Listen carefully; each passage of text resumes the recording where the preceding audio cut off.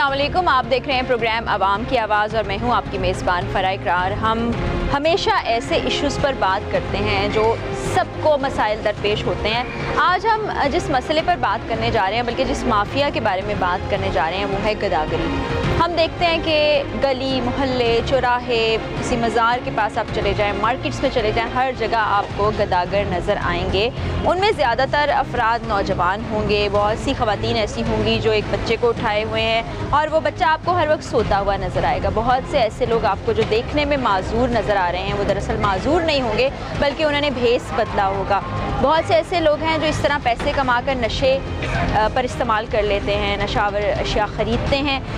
तो इससे होता ही है कि जो हकदार हैं, जो वाकई ऐसे हैं कि जिनकी मदद की जा सके, उनका हक भी मारा जाता है। अभी पंजाब गवर्नमेंट को कुछ थोड़ा सा एहसास हुआ है, उन्होंने गदागरी और गदागरों के ख़िलाफ़ क्रैक डाउन भी शुरू किया है। 3800 से ज़ायद लोगों को गिरफ़्तार भी किया, इन्वेस्टिगेट किया, मुकदमे भी कायम किए। तो आज के प्रोग्राम में हम आपको दिखाने जा रहे हैं वो तमाम लोग जो कि जेन्युइनली हकदार नहीं हैं किसी की मदद के, लेकिन वो लोगों को बेवकूफ़ बना के, भेस बदल के, बहरूप भर के इस तरह के काम कर रहे हैं। और फिर हम आपको उन लोगों से भी मिलवाएंगे जो कि इवन बुजुर्गी की हालत में भी मेहनत मजदूरी का साथ नहीं छोड़ते और हक हलाल कमा कर अपनी ज़िंदगी का पहिया चला रहे हैं। चलिए शुरू करते हैं आज का प्रोग्राम। आपको ये चोट कैसे लगी है? मेरे को चोट लगी है, ब्लड शुगर हो गया, मीठा ज़्यादा खाने से ये दाना निकल आया। आपने डॉक्टर को दिखाया है? हाँ, डॉक्टर को रोज पट्टियाँ करा के चेक कराता हूँ मैं। अच्छा, क्या कहा है डॉक्टर ने? उसने बोला कि भाई आप प्रेशर कराओ। अच्छा, पक्के दाखिल हो जाओ। ऑपरेशन कराएं? हाँ, दाखिल हो। जख्म की वजह से ऑपरेशन करवाएं? मतलब दाखिल हो जाओ। अच्छा, दाखिल हो जाए। हाँ। क्या बताया? शुगर की वजह से? शुगर हो गया, मीठा ज़्यादा खाने की वजह से, मीठा खा। अभी तो आप कह रहे हैं खाने के पैसे नहीं है। मैं यही कह रहा हूँ, भूख लगी थी, अभी तो खाना खा रहा हूँ। तो ये अच्छा, ये बिल्कुल पनाहगाह के सामने आप हैं, यहाँ मुफ्त खाना भी मिलता है, रिहाइश भी मिलती है, यहाँ क्यों नहीं जा रहे? यहाँ बाजी नहीं जा सकते, चोट लगी है ना, खड़े नहीं हो सकते। ये चोट असली है? हाँ, चेक करें इसे। देख लो बहन। अच्छा जी, ले जाएं आपको हॉस्पिटल, आपका इलाज कराते हैं। बहन देख लो, आप चेक। नहीं, हम डॉक्टर के पास ले जाते हैं ना आपको। नहीं, डॉक्टर के पास क्या? क्यों? इलाज कराते हैं ना आपका मेरे भाई। खड़े हो नहीं सकते, तो दर्द करता है। आपको एडमिट कर लेंगे, खाना भी मिलेगा, सरकारी मुफ्त में इलाज भी होगा। चले हमारे साथ। बहुत करवाया, नहीं करते हैं ऐसे। ऐसे कैसे हो सकता है? नहीं करते, ऐसे नहीं होता भाई। आ जाए हमारे साथ, ले लें इनको, आए हॉस्पिटल लेके जाते हैं। आजा मेरे भाई, आपका इलाज करवाते हैं, आपको खाना भी खिलाते हैं। नहीं होता बहन। ये अब आपने देखा है कि ये पेशावर जो भिखारी हैं, जो कि आपको इसी तरह से नज़र आएंगे। अल्लाह माफ़ करे, किसी ने ऐसे दिखाना है कि उसकी बाजू टूटी हुई है, टांग टूटी हुई है, ये ज़ख्म है, ये सब मेकअप का कमाल है। तो ये वो बेचारे जो कि डिज़र्व करते हैं, उनका भी ये लोग हक मारते हैं। अभी हमने उनको कहा आए आपको हॉस्पिटल लेके चलते हैं, आपका इलाज करवाते हैं और आपको खाना भी खिलाते हैं, तो वो चले गए यहाँ से। ये तमाम लोग भी यहाँ पर हैं, इनसे भी हम ज़रा बात करते हैं। ये रोज़ाना देखते होंगे, आप देखते हैं यहाँ पे भीख मांगने वाले बहुत से लोग? हाँ जी भाई, हट्टे कट्टे होते हैं, ये जी कम नहीं कर सकते। अच्छा, लंगर पानी खाई जाते हैं। अच्छा, हाँ। सेहतमंद होते हैं बस जानबूझ के। हाँ जी, हट धर्मी काम ना करना। ऐसे लोगों को क्या पैसे देने चाहिए? नहीं, पैसे देने चाहिए ना। आप लोग भी देखते होंगे, ये फकीर बने हुए, किसी की बाजू जानबूझकर बने हुए हैं। ये आप भी भिखारियों को देखते होंगे यहाँ पे? कोई मजबूर ने तो कई ने आदत बना ली। अच्छा, कई ने आदत बना ली एवं लंगर लै खाना, उसे बह जाना, बाद पैसे इकट्ठे कर नशा करना। तो ये जो भीख मांगते हैं उसके पैसे से नशा कर लेते हैं। उन्होंने नहीं मिलता, जो बेहक ने वो लैके टुरते होंगे।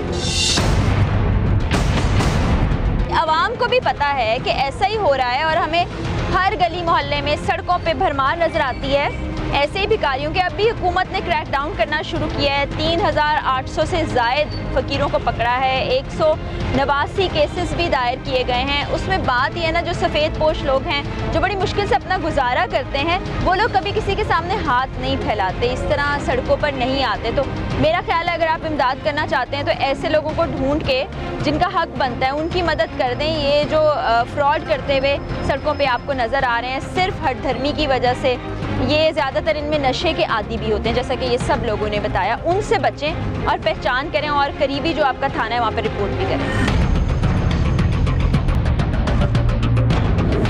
अस्सलाम वालेकुम। आप यहाँ पर क्यों बैठे हुए हैं? हाँ जी, वैसे ही बैठे हैं सरकार।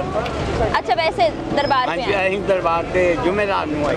अच्छा, जुमेरात को आते हैं। क्या लोगों से मदद भी मांगते हैं? नहीं, असी के सिर्फ रब को मांग। तो लोग भी आपको कुछ दे जाते हैं इमदाद के तौर पे, वो आप लेते हैं? जे कुछ दे तो दे लीदा, ना दवे तो ओदा भला, जेड़ा दवे ओदा ही। अच्छा, ये गरीबों के लिए पीछे ही पनाहगाह है, मुफ्त में आपको रहने की जगह भी देंगे, खाने की जगह भी देंगे, वो बेहतर नहीं है? ਉਹਦੇ ਕੋਈ ਸਾਨੂੰ ਬਣਨੇ नहीं देना तो यहीं बढ़ना। तो आ जाए, आपको ले चलते हैं हम।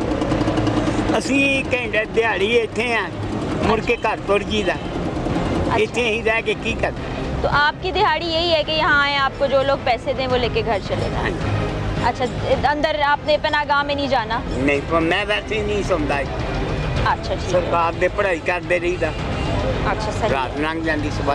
ठीक है जी, ये कह रहे हैं मैं यहाँ आ जाता हूँ, ये मेरी दिहाड़ी है कि यहाँ आता हूँ, लोग मेरी मदद भी कर देते हैं, मदद करते हैं, वो लेके मैं घर चला जाता हूँ। पनाहगाह भी बनाई है गवर्नमेंट ने, जो कि अच्छा इकदाम है। ऐसे लोग जिनकी कोई मुश्किल परेशानी है, जिनके पास खाने को, सर छुपाने को जगह नहीं है, वो यहाँ आके रह सकते हैं। यहाँ देखें, ये बुज़ुर्ग हैं, लेकिन मैंने जैसे आपको बताया था, इतने खुददार लोग भी होते हैं जो बुढ़ापे में भी मेहनत मजदूरी करते हैं और ये चाहते हैं कि हलाल रोज़ी कमाएं। ये देखिए, ये शॉपिंग बैग है इनके पास, मिसवाकें हैं इनके पास, ये बेच रहे हैं। अस्सलाम वालेकुम जी। जी वालेकुम सलाम। हमने देखा है इर्द गिर्द बहुत से नौजवान हट्टे कट्टे लोग भी हाथ फैला रहे हैं, भीख मांग रहे हैं। आपने नहीं सोचा कि ये काम ना करूँ, ये चीज़ें बेचूँ ना और मैं भी भीख मांगना शुरू कर दूँ? नहीं नहीं जी, मैं तो जी अपनी कमा के खाता हूँ। मुझे उसकी वजह क्या है? वजह है अपनी मजदूरी कमा के, रोटी कमा के खाने हैं, और कोई वजह नहीं है। तो ये जो लोग हाथ जिंदगी फैलाते हैं, हाँ। उनके बारे में आप क्या सोचते हैं? वो तो बस बेवकूफ़ है नंदा नहीं हक बनता है हाथ फैलाना। बिल्कुल सही है। ये देखें, ऐसी मिसालें भी मौजूद हैं जैसे कि हमने आपको इन बुजुर्ग से बताया। अस्सलाम वालेकुम जी।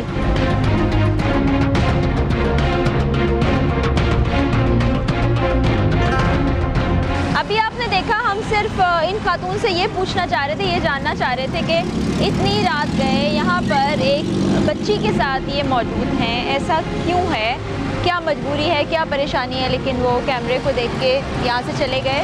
और बात फिर वही है कि बहुत से लोगों ने प्रोफेशन बना लिया है। इसी तरह से आपको बहुत जगहों पर बुज़ुर्ग लोग भी नज़र आएंगे, जवान लोग भी नज़र आएंगे, छोटे बच्चों के साथ ख़वातीन भी नज़र आएंगी, बच्चों के साथ भी नज़र आएंगी। तो ये एक नया तरीका भी अपना लिया है इन्होंने। तो अफसोस होता है, हम चाहते हैं कि इन लोगों जो अगर मजबूरी की हालत में ऐसा करें, उनकी मदद भी की जा सके, लेकिन ये देखें, ये बात करने को तैयार है।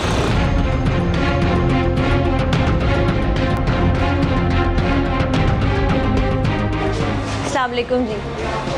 बेटी है आपकी? हाँ, बेटी है। आपने खुद तो चप्पल पहनी हुई है, बेटी को आपने चप्पल भी नहीं पहनाई हुई, उसका हाल क्या बनाया हुआ है? गलत बात है ना? शाह लैके देना। हाँ, शाह इसको लैके लेना। जी, आप तो पैसे मांग रही थी ना, गलत बात है। शाह लैके देना। आपने देखा ही है किस तरह से ये पैसे मांग रही थी। और अब देखें, ये भी एक तरीका है, छोटी मासूम बच्ची है, उसको जूता नहीं पहनाया हुआ, खुद हालांकि जूता पहना हुआ है, तो ये भी इमोशनली ब्लैकमेल करने का एक तरीका है। कितनी गलत बात है ना जो आपका। आप अच्छी खासी हैं, आपको कहीं जॉब दिला दें, हम दिलाते हैं, नौकरी करेंगी? नहीं, ये हालात हैं। बेटा, आपका क्या नाम है? क्या नाम है? डर रही हो? डरो नहीं। हाँ, आपकी अम्मी है ये? अम्मी है आपकी? अच्छा, ये मासूम बच्ची को देख के मेरा तो दिल बुरा हो रहा है। आप देखेंगे जैसे जैसे सर्दी बढ़ती चली जाएगी, ऐसे ही आपको ये लोग नज़र आते हैं। बच्चों को इन्होंने स्वेटर्स या गर्म कपड़े भी नहीं पहनाए होते, नंगे पाँव दोपहर में भी और रात में भी लेके सड़कों पे बाज़ारों में निकल आते हैं सिर्फ चंद पैसे कमाने की खातिर। हालांकि अल्लाह ताला ने सेहत तंदुरुस्ती दी है, काम कर सकते हैं। मैंने आपके सामने इनको कहा है कि आपको हम जॉब पे रखवाते हैं, लेकिन ये काम करना नहीं चाहते। इससे पहले भी जिन लोगों से हमने बात की, जिनको हमने कहा आइए आपका इलाज कराते हैं, आइए आपको खाना दिलवाते हैं, आइए आपको शेल्टर देते हैं, वो इस बात पे तैयार नहीं थे, क्योंकि कुछ लोगों ने अपने मुंह से कहा कि ये हमारी दिहाड़ी है, हम यहाँ पर आते हैं, पैसे कमाते हैं और शाम को अपने घर जाके आराम से सो जाते हैं।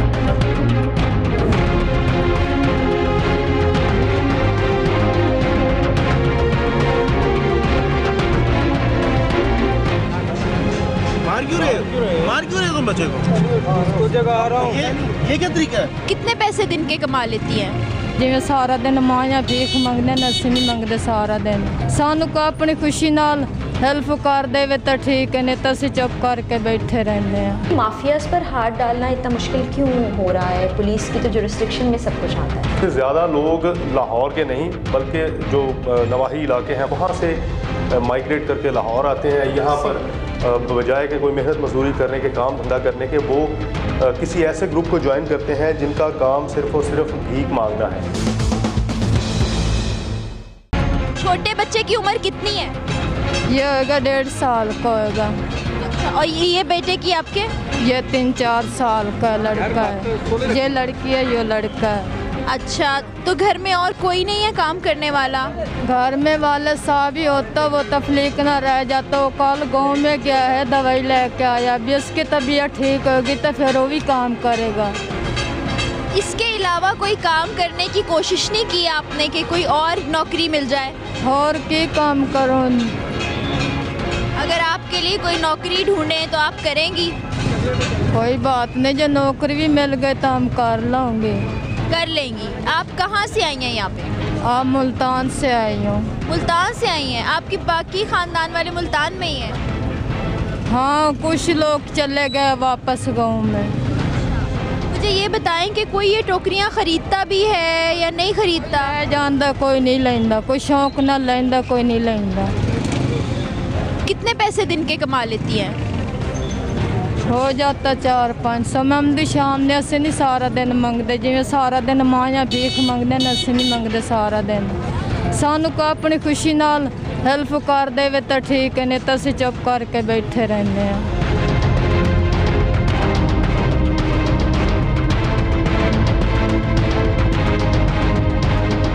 क्या हाल है भैया?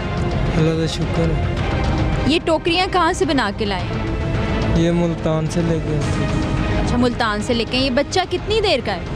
ये 2 साल का है। तो इसकी वालदा कहाँ है? घर में। वो जो उधर आगे बैठी हुई है वो आपकी बीवी है?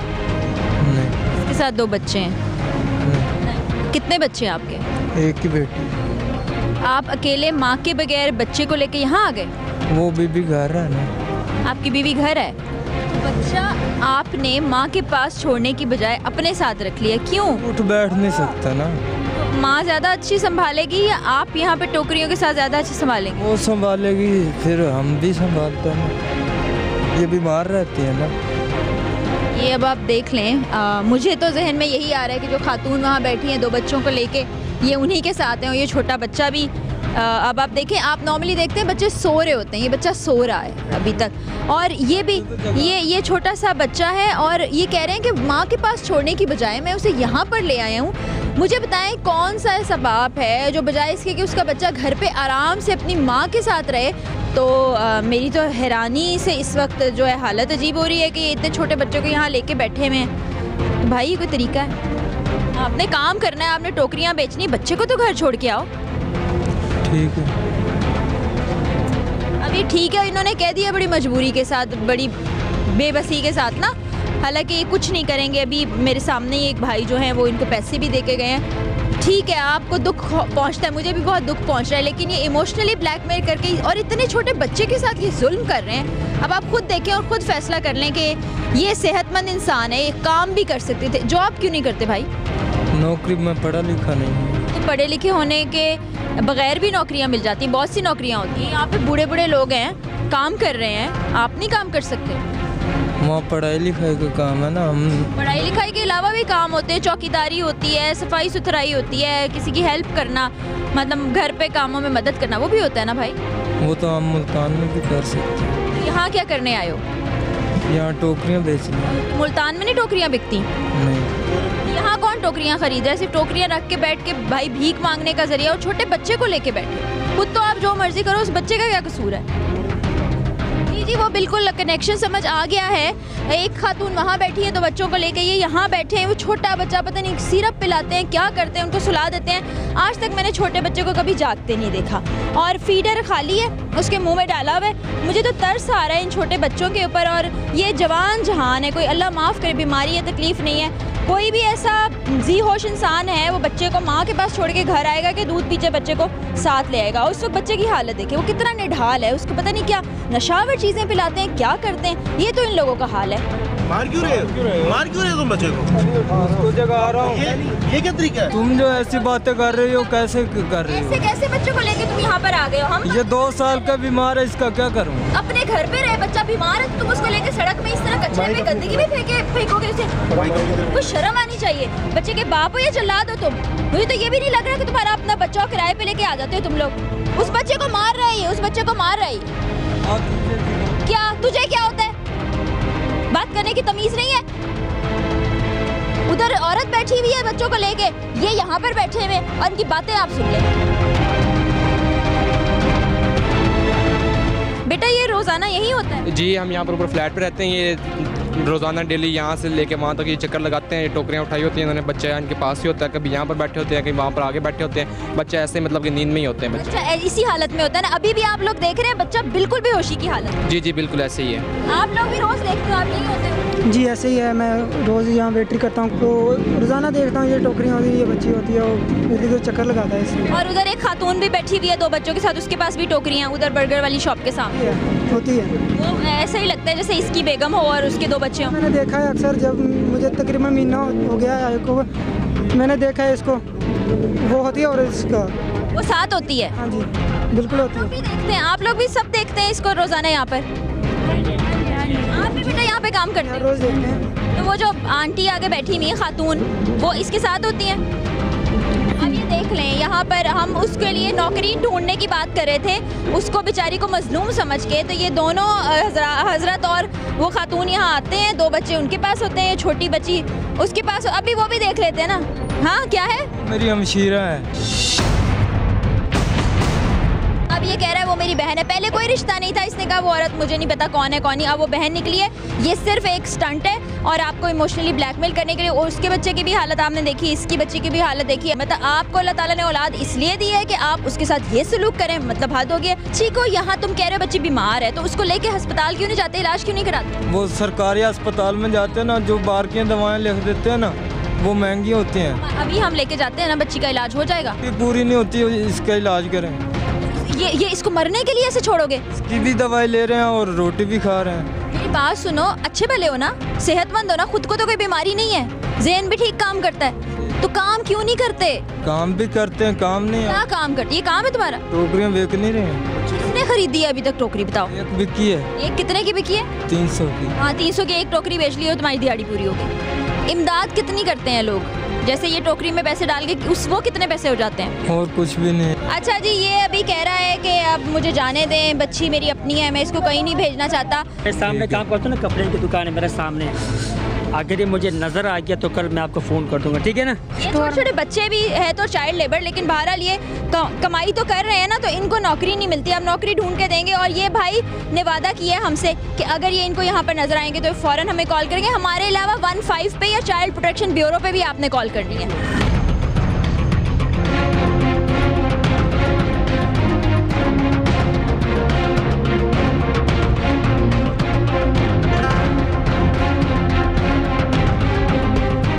पंजाब हुकूमत ने हालिया दिनों में एक ड्राइव भी शुरू की थी, एंटी बैगरी ड्राइव, जिसका मकसद यही था कि जो पेशावर गदागरी से मुंसलिक लोग हैं उनको रोका जा सके और इस चीज़ को ख़त्म किया जा सके।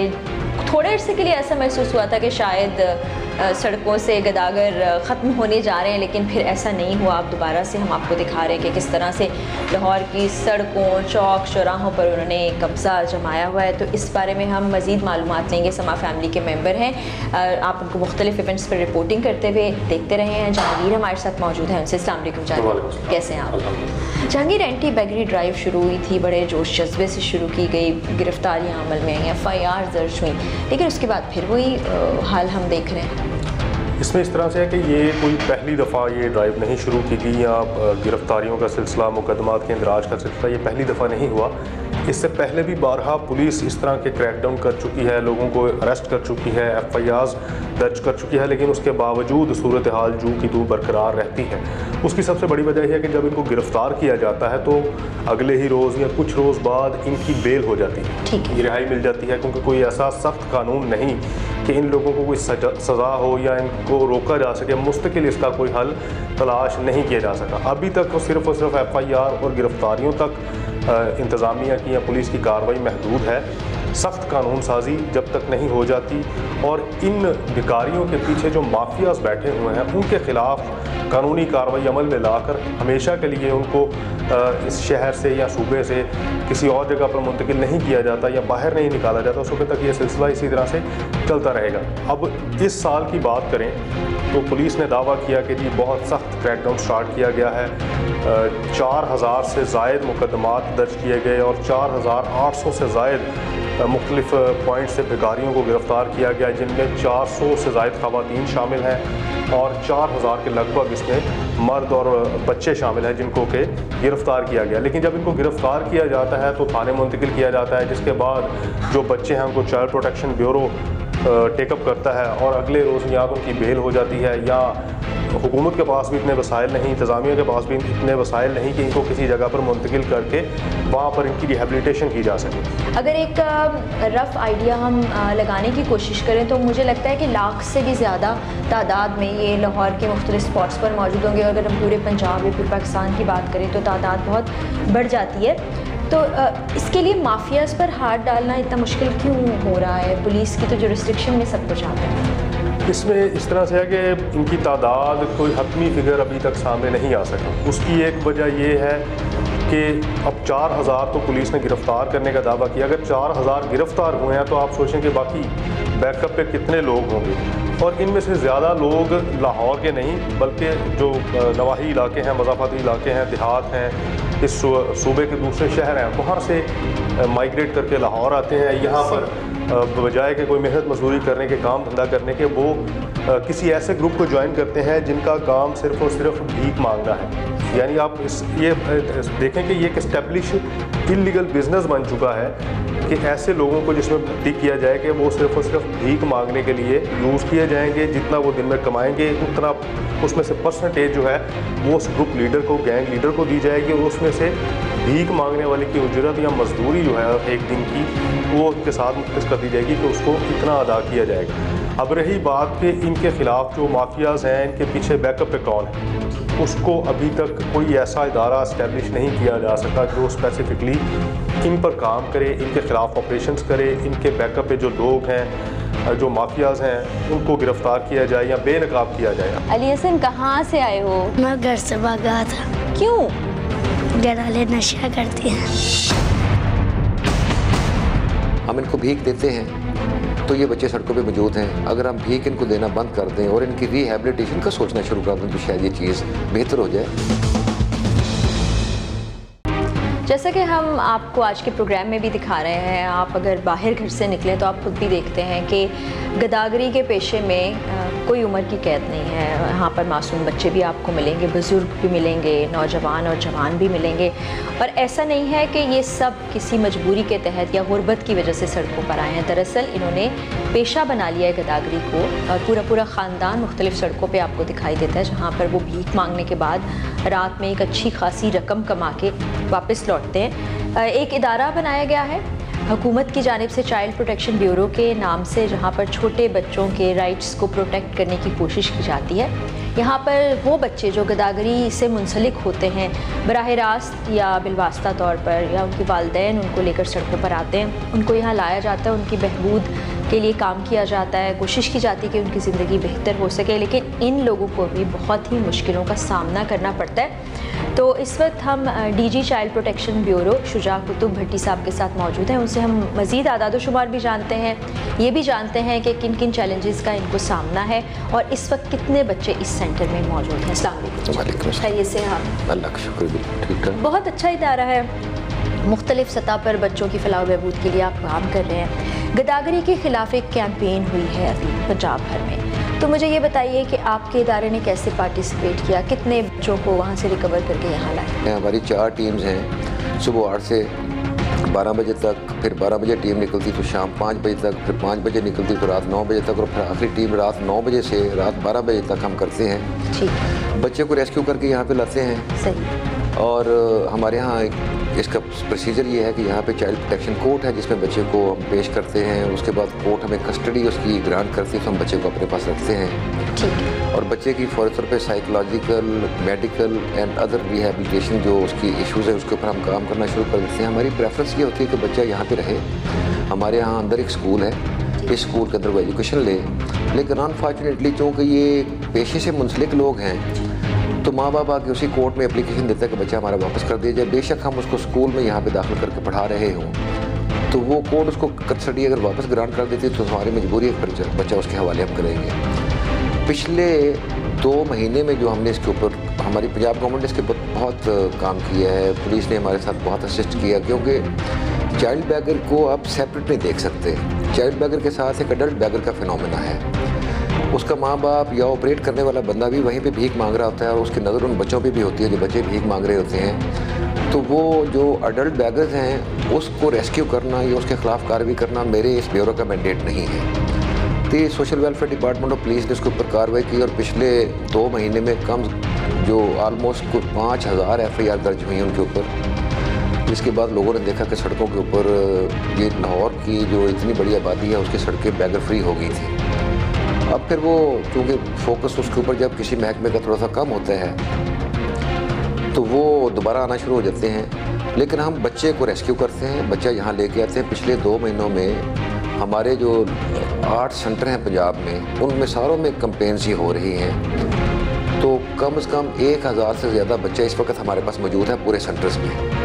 और ये बच्चे आते हैं, इनको माँ बाप ले जाते हैं, फिर हम बच्चा लेके आते हैं। बेशुमार बच्चे हैं जिनको 4-4, 5-5 बार रिपीट करके हमने लिया यहाँ पे।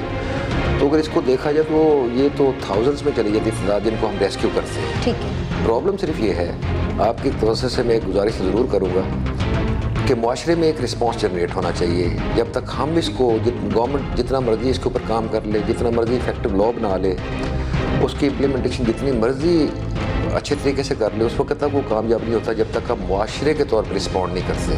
हम इनको भीख देते हैं तो ये बच्चे सड़कों पे मौजूद हैं। अगर हम भीख इनको देना बंद कर दें और इनकी रिहेबिलिटेशन का सोचना शुरू कर दें तो शायद ये चीज़ बेहतर हो जाए। हमें इसके ऊपर एक रिस्पॉन्स जनरेट करना चाहिए as a nation, as a society.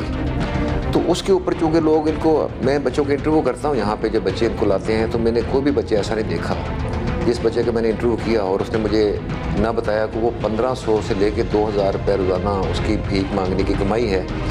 4-4, 5-5 बच्चे हैं कि फैमिली के, माँ भी मांग रही है, बाप भी मांग रहा है। तो वो जब शाम को पूल करते हैं मनी, तो जितने पैसे हो जाते हैं उसकी वजह से वो बच्चे को स्कूल में दाखिल नहीं करवाना चाहता, वो किसी अदारे में नहीं देना चाहता। वो चाहता है बच्चा मेरा वापस आ जाता कि मेरा वो साइकिल चलता रहे। तो हम सेंटर में मौजूद बच्चों की तरफ चलते हैं, उनसे बात करते हैं, देखते हैं कि वो क्या बताते हैं।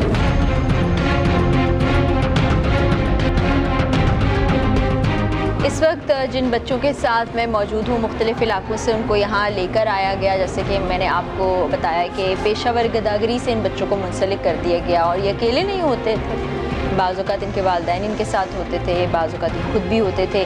इनसे हम खुद जानते हैं कि ये कब से यहाँ पर हैं और कैसे पहुँचे और उससे पहले कितने अरसे से यही सब कर रहे थे। अस्सलाम वालेकुम। क्या नाम है आपका? अली अदर। अली अदर, आप कब से यहाँ आए हो?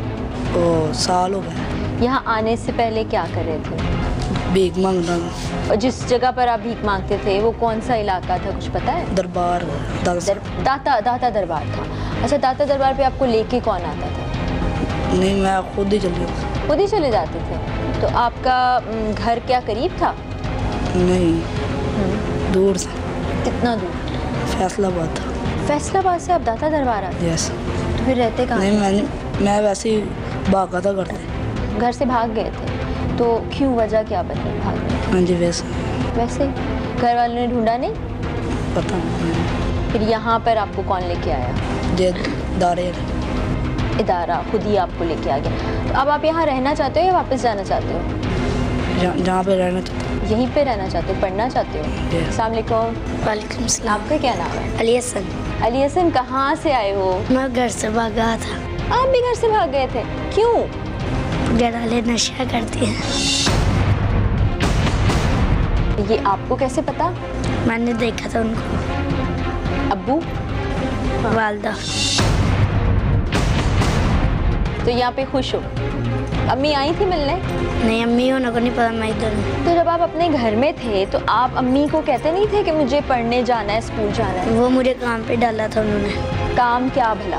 किराने पा का काम करता था। तो वो जो पैसे कमाते थे वो फिर अम्मी कहती थी मुझे दे दो। और कितने बहन भाई थे?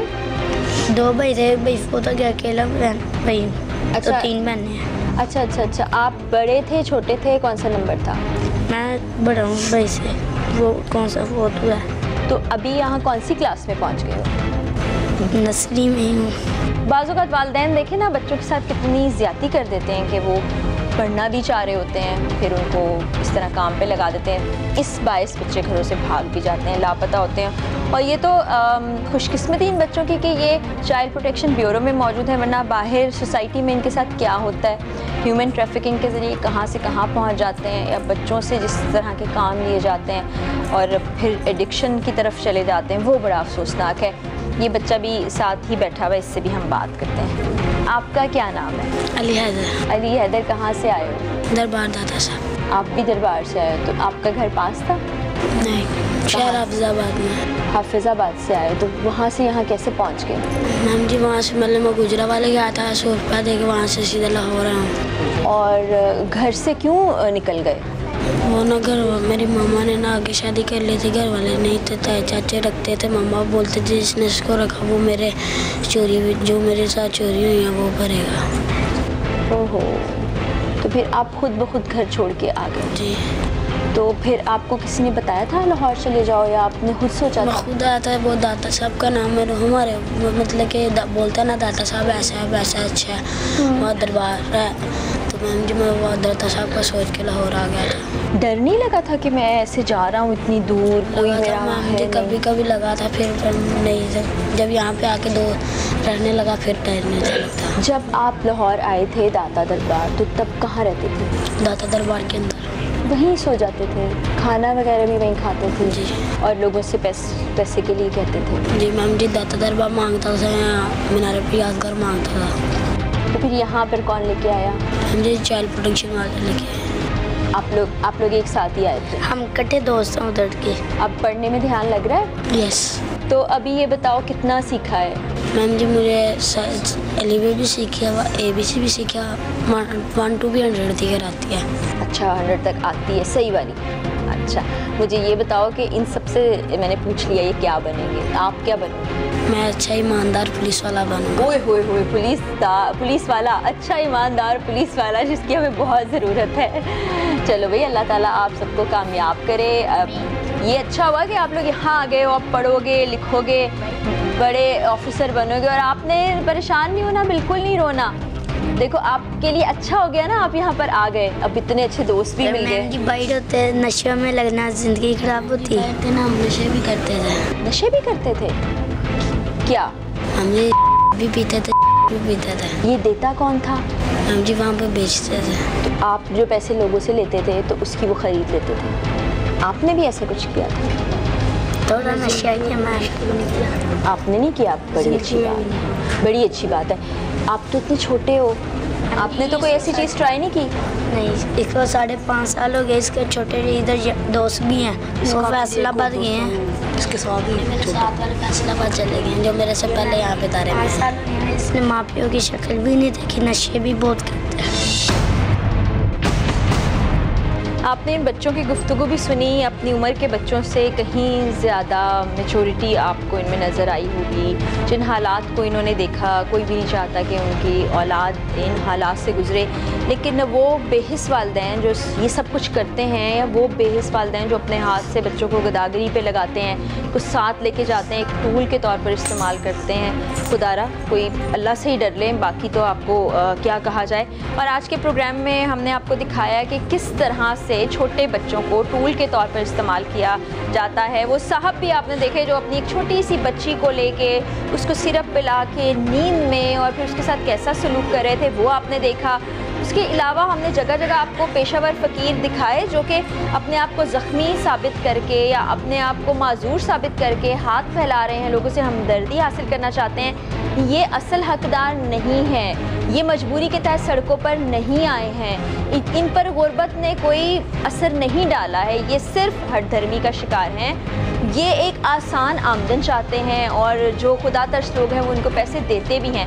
तो खुदारा आप ज़रूर दें खुदा के नाम पर, सब कुछ करें लेकिन जांच पड़ताल ज़रूर कर लें कि हम कहीं इस पेशे की तरवीज का बायस तो नहीं बन रहे। हुकूमत ने कुछ कदम उठाए हैं, उस पर हमें हुकूमत का साथ भी देना है। और खुदारा ये बच्चों के साथ जुल्म ना करें। बच्चा अगर एक दफ़ा भीख के रास्ते पर लग गया तो सिर्फ भीख नहीं है, उसके बाद नशा, ह्यूमन ट्रैफिकिंग, जराइम, एक पूरी खंदक उसका इंतज़ार करिए। तो खुदारा ऐसा ना करें, ऐसा ना होने दें। हम सबको अपनी इज्तिमाई जिम्मेदारी का मुजाहरा करना है। इसी के साथ टीम अवाम की आवाज़ और अपनी मेज़बान फराह इकरार को इजाज़त दीजिए। अल्लाह।